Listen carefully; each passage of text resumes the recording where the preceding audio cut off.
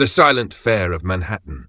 In the winter of 1978, when New York City felt like a machine that never slept but often dreamed in broken pieces, a taxi driver named Elias Mercer drove through streets that glittered with tired neon and fogged headlights. The city was alive in that strange way cities become alive at night. Not breathing, not speaking, but remembering. Elias had been driving cab for 14 years. He knew the language of honking horns, the rhythm of drunk laughter spilling out of bars in New York City, and the silence between fares, the kind of silence that felt heavier than passengers. That night began like any other. Cold air pressed against the windshield like an invisible hand. Elias adjusted his rearview mirror, checked his meter, and sipped lukewarm coffee from a cracked thermos. The radio murmured low jazz, the kind that sounded like it had given up trying to be happy. Then the call came. West 58th Street, near the old theatre district. He drove without thinking. The city always knew where it wanted him to go. The man in the grey coat. He saw him before he fully understood him. A man stood beneath a flickering streetlight, half swallowed by shadow. He wore a long grey coat that seemed too heavy for the weather. Snowflakes drifted around him but refused to land, as if even winter hesitated to touch him. No umbrella, no suitcase. No visible reason to be standing there, just waiting. Elias pulled up slowly. The tires hissed against slush. The man opened the door and entered without a word. The inside of the cab changed immediately, like a room that had forgotten it was supposed to be warm. He did not say hello. He did not ask the destination. He simply sat. Elias watched him in the mirror. The man's face was pale, not sickly, but unfinished, like someone had started drawing him and then stopped halfway through deciding the details. His eyes were open but unfocused, as if looking not at the city but at something layered behind it. "You headed somewhere specific?" Elias finally asked. Silence. Only the ticking of the meter responded. Elias cleared his throat. "Long night ahead?" Still nothing. Most passengers in New York were strange in their own way. Drunk philosophers, broken lovers, businessmen rehearsing lies into phones. But silence like this was different. This wasn't refusal. It felt like absence. The cab pulled forward. The first mile. At first, everything was normal. Traffic lights blinked their usual red-green-red rhythm. Steam rose from manholes like the city was exhaling tired breath. Somewhere a siren cried and died. But Elias noticed something strange. The street signs began to blur, not disappear, just soften, as if the words on them were being erased by memory itself. He looked again at the mirror. The man in grey had not moved, not even to blink. "You want me to turn on the radio?" Elias asked. No response. So he did. The jazz station played for a moment, then cracked into static. A voice came through, not the DJ, a woman's voice. "Do not take the bridge." Elias frowned. "What?" Static returned. He glanced at the passenger. The man's reflection seemed slightly delayed, like the mirror was struggling to keep up with him. Elias forced a nervous laugh. "Bad signal tonight." The man said nothing, but the meter ticked forward anyway. The second mile. They crossed into quieter streets, where buildings leaned closer together and light became scarce. Elias realized something unsettling. He could not remember where he picked the man up from. He knew he had picked him up. He remembered opening the door, the cold air rushing in, the grey coat, but the exact street it was slipping away, like a word on the tip of the tongue that refused to form. He checked the rearview mirror again. The man was closer than before.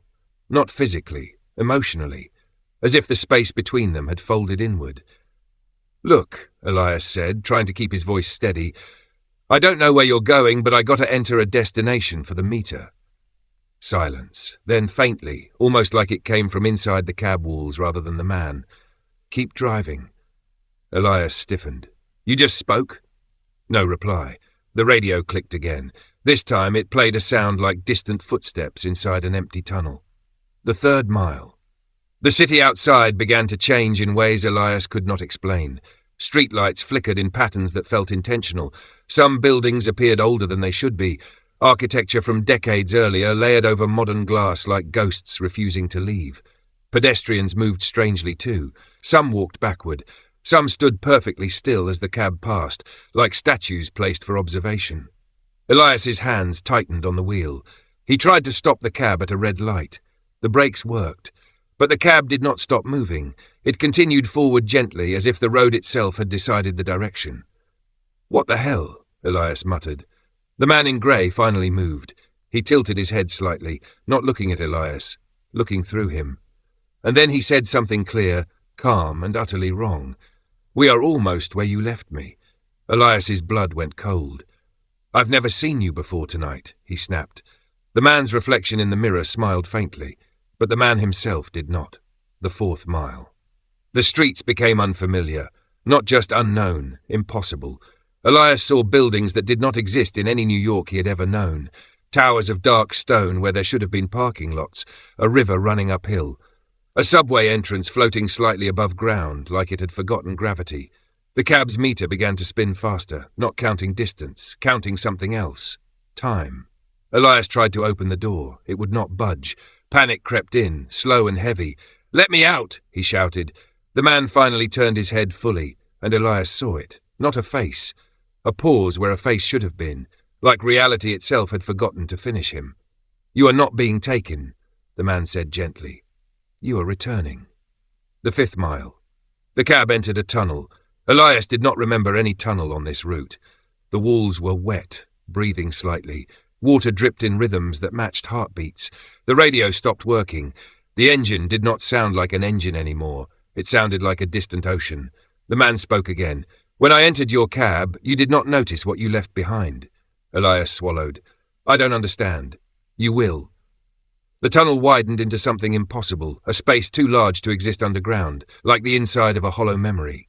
And then Elias saw it. Another cab, parked, lights off, driver inside. Still. Dead? No. Sleeping? No. Waiting. The driver looked exactly like Elias, but older, worn down in a way that had nothing to do with age. The man in grey leaned forward slightly. "This is where you stopped last time." Elias's hands trembled. "Last time?" The man nodded. "You picked me up before. And every time," he continued softly, "you forget." The 6th mile. The realization did not come suddenly. It unfolded, slowly, like fog lifting from a graveyard. Elias remembered fragments, a bridge, a choice, a moment where he could have turned left instead of right, a passenger who never spoke, a grey coat, always the same grey coat. The cab was not moving anymore. It was looping. The same roads, the same night, the same pickup, again and again. Elias whispered, "What are you?" The man's voice softened. "I am the fare you never completed." The tunnel lights flickered. For the first time, Elias looked directly at the man instead of the mirror, and in doing so he understood the horror fully. The man was not entering the cab. He was being remembered into existence by it. The 7th mile. The cab stopped, not by choice, but because the road ended, or perhaps because it always had. The man reached for the door. This time it opened. Cold air rushed in like release. Outside was not New York anymore, not entirely. It was a version of it folded inside itself, streets repeating into infinity, taxis parked in impossible angles, drivers standing beside vehicles staring into nothing, endless returns, endless pickups, endless silence. The man stepped out, paused, and said, "You will forget this again." Elias shook his head violently. "No, I won't. I'll remember." The man almost looked sad. "That is what all of you say." And then he walked away, not down the street, not into distance, but into absence, like the city itself swallowed him gently. The cab door closed on its own. The engine started. The meter reset. Elias blinked, and the radio crackled back to life. A dispatcher's voice came through, "West 58th Street, pick up." Elias frowned. He looked at his hands. They were steady again. He checked the rearview mirror. Empty back seat. Only fabric creases where someone might have sat. He exhaled slowly. "Just another night," he muttered.